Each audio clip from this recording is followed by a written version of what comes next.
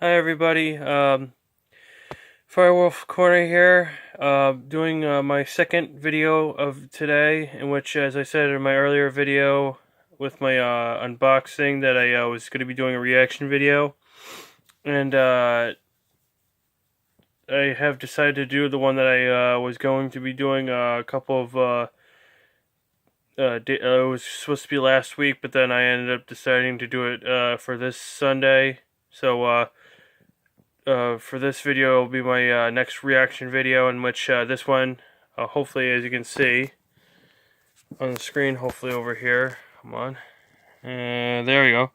Oh, hold on, sorry, just don't really. Hopefully you can kind of see it there. It says 8 horrifying internet monsters, and this is the YouTuber That Creepy Reading, in which I'll be reacting to this video. I haven't watched it yet. It's from 6 days ago, and it's already got about around 14, I think that's what, either 1,400 views, 1,400,000 views, I can't really remember. It's around 27 minutes and 54 seconds, so I'll be reacting to it, and I'll make sure to have the link below of the video, so without further ado, let's begin. The following short films may be distressing to some viewers. While we don't show any jump scares and we edit out any scenes deemed too graphic for a general audience, the content we cover for the purposes of education might prove to be too disturbing for some young viewers. The only way to avoid being scared is by clicking off the video now. Viewer discretion is advised.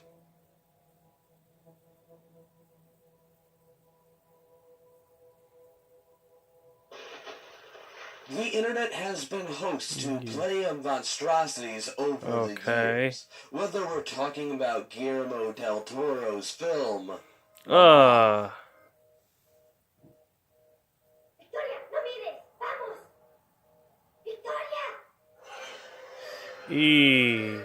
What the hell?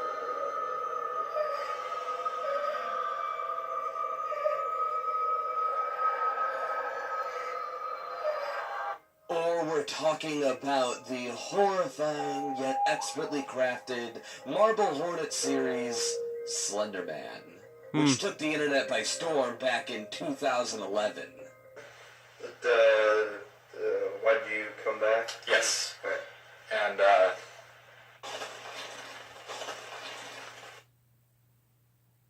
I was recently approached by the good folks at Crypt TV, who were hoping that I could cover some of their original, short, internet horror films. Oh, what the hell?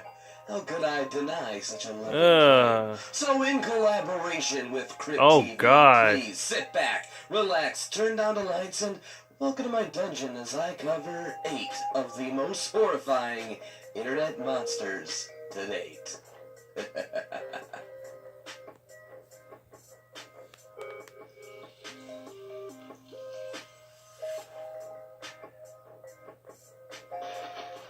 One, please. If you've ever lived in the suburbs during the summertime, the familiar tunes of an ice cream truck are certainly a familiar sound among the background barbecues and cicadas. To the children who heard this irresistible siren's call, it could even be a wistful source of nostalgia, remembering that mad rush to find the nearest parent in time and demand the cash before the opportunity slipped by. If you thought that frozen treat cost an arm and a leg now, then consider the what about around, like, I would say like $5 or something around here. One, please. If you thought that Pluto from The Hills Have Eyes would make a poor truck driver, then this short film will completely prove you wrong. From what we can see, business is booming for this upstanding entrepreneur, which is surprising given the exorbitant prices of his dairy delights. Thankfully, it looks like our suburban parents are ready and willing to foot the bill. That is, if we only ask nicely. This foreshadowed twist, which comes about halfway through the video, is completely stomach-dropping. We begin to piece together this unspoken situation, suddenly having an explanation for the father's and the uneasy intuition about the driver outside. Taking a the truck as the girl approaches, we can even see a pricing list printed with pictures of different cones and popsicles. all of which cost a human finger. Oh, I don't God. think that I would even pay that much for Ben & Jerry's. While Yee. it's unclear what exactly the driver is doing with these dismembered digits, he seems bizarrely excited to receive them, storing them into jars in the back of his truck like circus sideshows. Oh, God. At least the Ew. popsicle looks perfectly fine. The film overall is spectacularly paced and requires zero dialogue to portray this ambiguous and disturbing situation.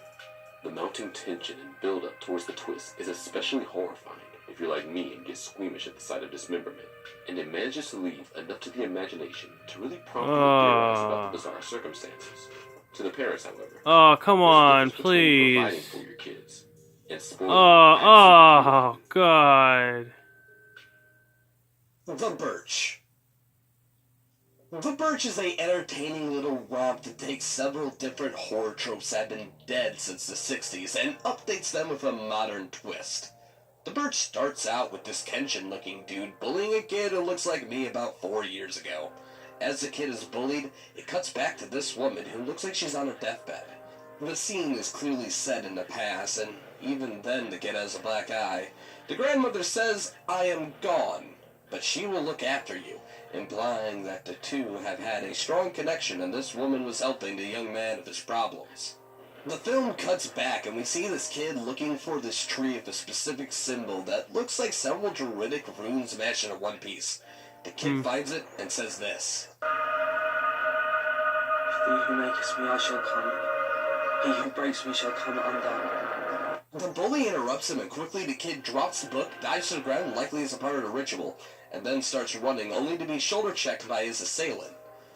The sound cuts as his tormentor yells at him. Defiantly, the bullied man pulls out his effigy as though it will protect him. However, the bully takes it and destroys it and continues to yell at him. That's when the proverbial shit hits the fan. Breaks me.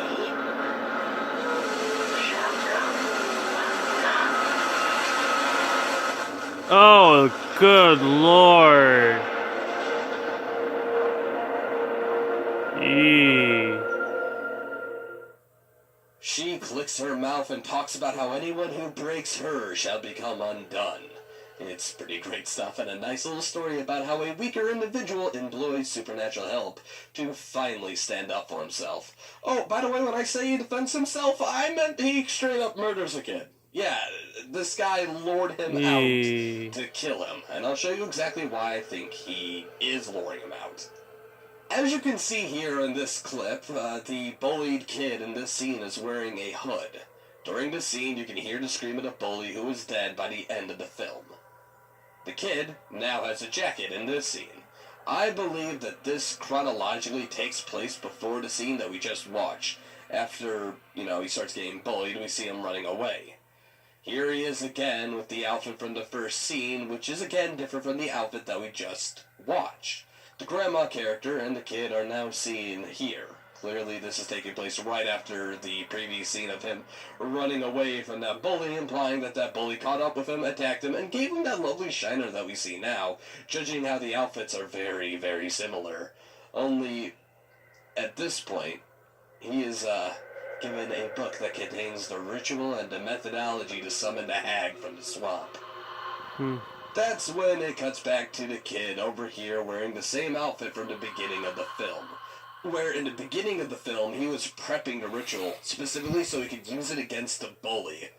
He likely called him out here, tricking him into breaking the effigy, and then had him murdered by a sinister, yet loving, overbearing hag in the woods. A pretty gruesome and sinister detail for those who may have missed it during the first watching. Basically what I'm saying is, the film begins where the murder happens. Yeah.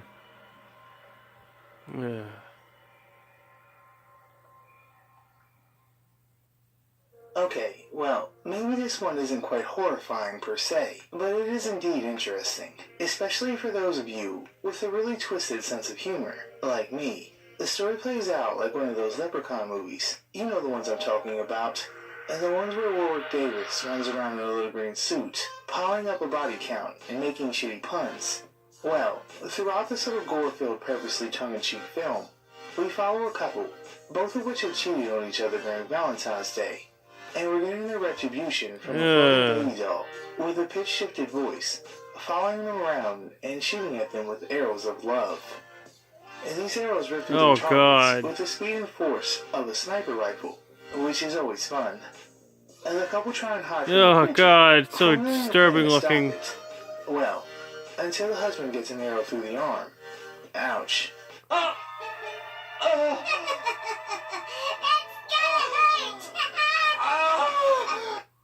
The girlfriend escapes momentarily, looking to find something to defend herself with, finding the strongest weapon possible, a pot.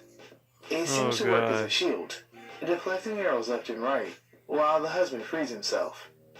Cupid is eventually subdued with said iron pot, and then lit aflame with the power of the stove.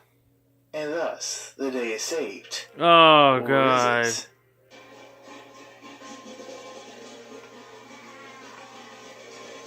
The film doesn't take itself very seriously, which is a plus, which lets the audience know it's safe to have fun, instead of cowering Oh, in come terror. on with the thing. The So highlights include the disturbing. arrow through the back of the throat, shown here.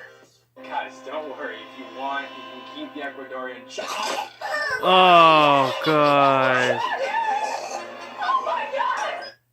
And the part when the couple die hand in hand with one another. It's so sweet I could puke. I suggest this to anybody with a stomach for the macabre and a broken moral compass. Happy Valentine's Day. Yee. Geppetto.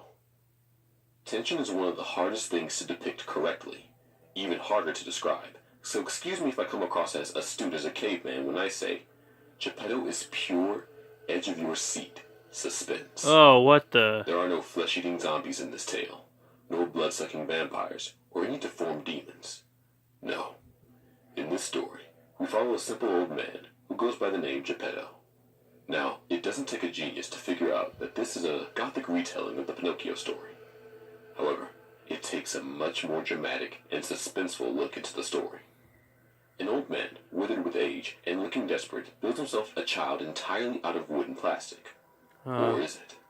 The doll comes to life, but it seems to act odd. Throughout the story, he doesn't speak, mostly frowning and acting aggressive towards his father whenever he tries to play with him. The only way the child communicates is with small paper fragments, looking to be torn fabric and written on with crude crayon. Pinocchio, who in this short film goes by the name Silas, proclaims that he needs a friend, or else he will die.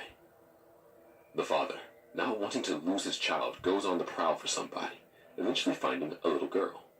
The man lays off some real stranger danger vibes, and winds up convincing her to follow him. Things seem to be going well. The girl plays with Silas and the father looks on with a nice grin. Until the little boy seems to grow bored, and asks his father for another friend, this time followed up with something far more grim. Silas convinces the young man to poison and kill the girl.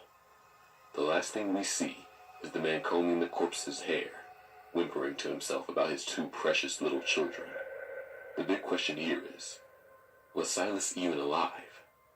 Watch the video. Oh my God. And make your own theories. I'll be waiting. Oh, that is disturbing. Mira, Mira. Mirrors can be less flattering on the best of days, even when they aren't conjuring Bloody Mary or horrifically warping your face into gruesome, quadrisected abominations. What starts out as a very subtle tweak, which you may almost miss as a trick of the eyes or lighting, takes a supernatural twist through the involvement of the reflected specter, Mira Mira. This particular entity appears to be one that preys on the peculiarity of self-conscious. The short film begins with our main character in the midst of a casual romantic encounter with the above male interest, who describes this as the best view of the city. Well, it's decent enough. It's an alright view of one particular boulevard. But one thing we immediately notice about our main character is her particular fascination with selfies.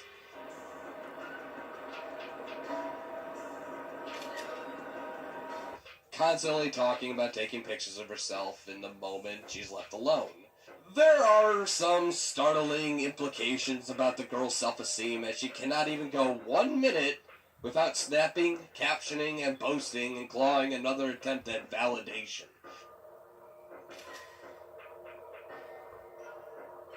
This makes her a particularly vulnerable target for Mira, whose influence can be felt as soon as the girl's attention is inevitably captured by the antique mirror. It begins subtly at first, the reflection cast only slightly changing to darken her eyes, giving them a tired, baggy appearance. No big deal, much just touch up the makeup, but it's no use. A jagged gash begins to tear across the reflection's face, despite the skin feeling perfectly fine. The reflection just sits there, Oh God! still as gruesomely as it distorts, reaching out to see if this is some sort of trick. She suddenly is grabbed by the wrist and pulled into the dark recesses of the mirror, becoming trapped. Now it's Mira's turn to act on the outside. Oh Lord, that is disturbing. Oh, good Lord! When we first discovered the entity's name, Mira. And the particular rules for this particular possession begins to unfold. Within the inescapable abyss of the antique mirror, the victim can cry out and plead, only to be unheard by the helpless targets outside. With a quick disguise to lure the boyfriend down the stairs, nothing can be done to stop the bloodshed that is to come. Finally, the purpose of this perpendicular slashes across her face are made apparent only when it's too late, as Mira's head opens to reveal her true form before sickening Oh God! Oh my God! The bulging eyes, which preserve through the sickening transformation, is especially disgusting to look at as they quiver around for the gory chomp. The possessed only can watch helplessly as Mira departs into some unknown venture, leaving the victim trapped inside this lonely, hellish place. Well, she has some company.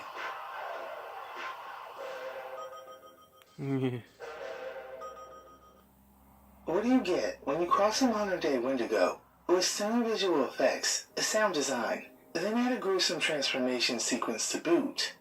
The short film, Mordio, named after the entity it features, follows two hunters enjoying a friendly midday brunch in the woods. Well, not exactly.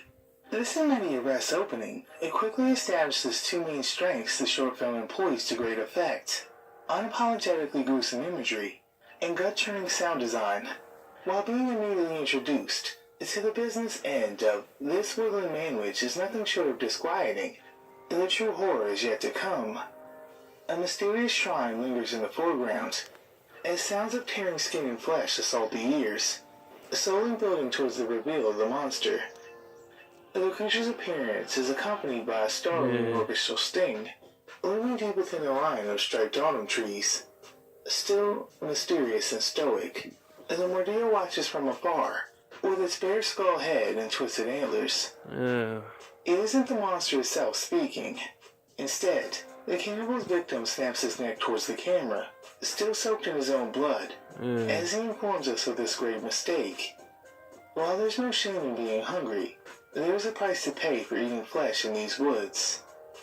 The folklore surrounding the Wendigo reinforces the cultural taboo of cannibalism, so we can only assume that, after a meal like this, just desserts are on the way. Immediately, bony protrusions sprout into antlers on the cannibal's head, splitting his hair and scalp to make way for the appendages. The bloody skin and meat begin to slew off among the fallen leaves, revealing his skull and making the result of the transformation clear. The cannibal is also becoming a Wendigo. Again, the exceptional sound takes center stage, especially with the new Wendigo's otherworldly scream. Listen closely, however, and ask yourself, are those roars in response merely an echo, or other cannibals who receive their comeuppance at the hands of the Mordio? Regardless, it is now time for the blood hunt, and the Wendigo resumes his meal as the cadaver continues his maniacal laughter, thrashing beneath the gnashing teeth. Perhaps this ethereal howl was a war cry, and the aforementioned blood hunt is a penance for mankind's ravenous greed. In the meanwhile, watch your back in the North American woods, and consider packing a lunch instead of snacking on a friend. Kinderfinger. Okay. What scares you most of all? Could it be the idea that a dark, shadowy creature could be lurking underneath your bed? Or perhaps inside your closet? Could it be the thought of getting trapped somewhere not on Earth, forced to live your days alone? Or is it the thought of losing your child? For many people, this very idea keeps them up at night, as most parents would do anything for their children, including going to the ends of the earth looking for them. That's where we start Kinderfinger, a twisted take on the tale of the Pied Piper.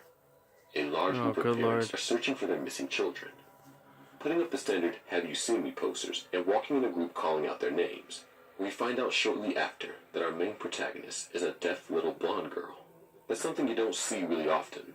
Fun fact though, the actress portraying her is actually deaf herself. The film has some amazing cinematography, making the location itself feel like a character covered in wretched woodland and dusty hollows. The music itself is well composed, ambient, foreboding. Once our protagonist is separated from the adults, we start getting really creative, excellent use of smoke and mist with some nice build-up to the creature itself. The design is very reminiscent of the classical depiction of a demon. Its spider-like withered bones gently dancing across the flute is truly a chilling sight. Like the Pied Piper, he controls the children with his flute, leading them into what appears to be a cult. Our protagonist pretends to be under the enchanted spell, before turning off her hearing aid. The monster howls in a demonic tone as she runs off with her kidnapped brother. And then... actually, never mind. I'm not gonna spoil it. I highly suggest this one to my little gorehounds out there. Yeah. But prepare a barf bag.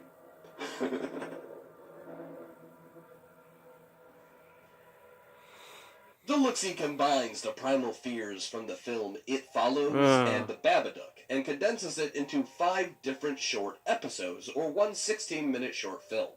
The creature looks as though you took some of the most terrifying aspects from internet culture and then married it to blockbuster films.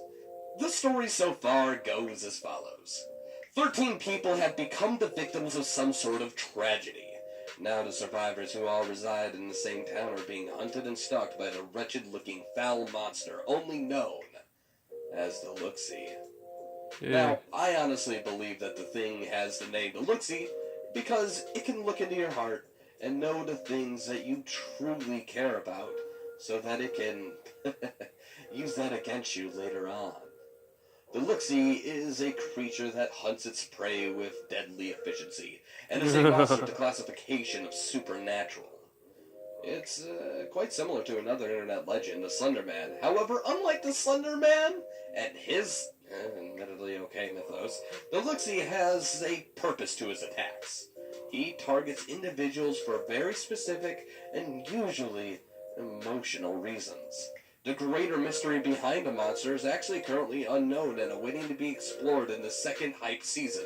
However, based on this 16 minutes of footage that we have here, we can learn a few choice things that I think many of you may have missed upon a first viewing. I know I did. The Look-See appears to give his victims a message, usually something vague, like if you can't release it, then it will take a piece. Which, to the normal eye, means absolutely nothing, but to our characters, it means everything. For example, why don't we take a closer look at the grim story of Jenny? She was told that she must give up her wedding ring, or the Look-See will come and take a piece. Oh, God. She contemplates it, but just can't give it up, so she hides in a bathroom to try to evade the creature, but is ultimately found. She takes off her wedding ring, dumps it in the toilet, and flushes it away, only to get her hand ripped off momentarily after. It is then shown that she was unable to give up the ring, so the Look-See took away her wedding hand. In a later short, Jenny is in a chair, still missing her hand, and reading over the notes of other victims, implying that this has been going on for quite a while. In 2 other shorts, the story of Jenny is expanded upon with Marlene and Daniel. Daniel is Jenny's husband, while Marlene is in fact his mistress. Now we can see why the Look-See wanted her to give up her wedding ring. The Look-See demands the affair to end, however they can't because of reason. And Daniel loses his eyes, and loses her head. Oh, God. We get a bit of information based off of these events. The Look-See appears to be the Silent Hill-esque karmatic repo man. The husband won't get rid of his mistress, whom he kept around because, well, She's pretty, so the look-see reposes his Oh, eyes so he can God, never I see hate anything with pretty with no again. eyes. The woman refused to break it off with the man, so Oh, he loses her God. head due to the fact that that was the man's object of affection. In the end, Jenny loses her husband, her hand, and furthermore, her sanity. And this is just a few short films that, oh boy, there's a whole heck of a lot more where that came from, that have so many other moral questions raised by this haunting creature's existence. Yeah. I mean, what would you do if your daughter died? I'm sure you would be hurt and devastated. Well, Jonathan, he lives every day with the burden of his daughter's death weighing heavily on his shoulders. His 8-year-old girl drowned, and today happens to be the day of her birthday. So he celebrates it, looks over old drawings and photographs of her, and reminisces about the times when he had her all to himself. Unfortunately for him, the Lixie begun knocking on his door, and he must release her, or the Lixie will certainly take more than just a piece. He tries to throw away the cake and everything related to that. However, unfortunately for him, the Lixie can see into your heart and knows what truly lies inside. The thing he valued most was the bow from his daughter's dress, and in the end, the man's arms are ripped off. Oh, Even God. if somehow he lives and his daughter comes back, or he gets a new kid or something, he will never be able to embrace anyone ever again. And after all, what kind of father can't hug their own kid? The Lixie stories are full of grim tales of love, loss, hurt, and adultery. Don't forget, of course, mutilation. That said, there of course is surface-level things that you can see. This guy lost a kid, this girl's having an affair, and this woman is so dependent on her shitty husband that she can't leave him even after facing a horrifying monstrosity. It's a big mouth. There is underlying layers to both the story, theoretically, and in context of the film itself. I am personally not an expert at looking at these things frame by frame, but why don't we take a look at this one? Why are her feet bruised up like that? The balls of her feet and ends of her feet have these strange and deliberate injuries.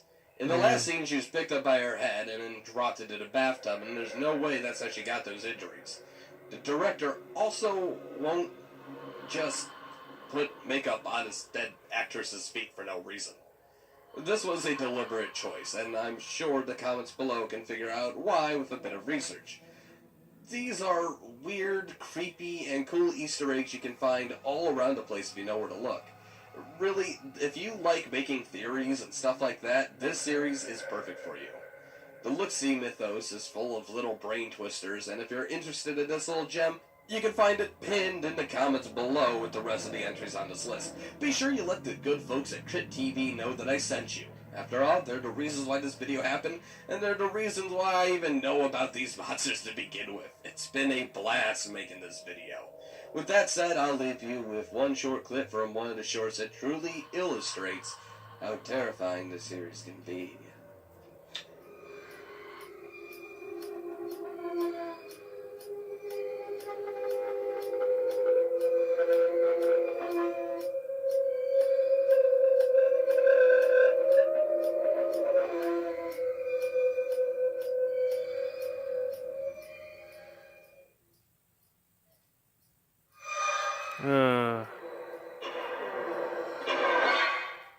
If you made it this far, that means you made it to the end of the video. Okay, so that was 8 horrifying internet monsters from that creepy reading. I hope you enjoyed this video.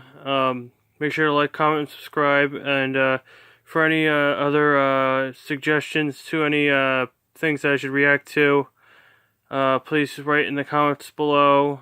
Make sure when you subscribe to hit that bell so you can have all the alerts of when I'm going to be doing stuff. Thank you all for watching, and I'll see you guys all next time. Bye.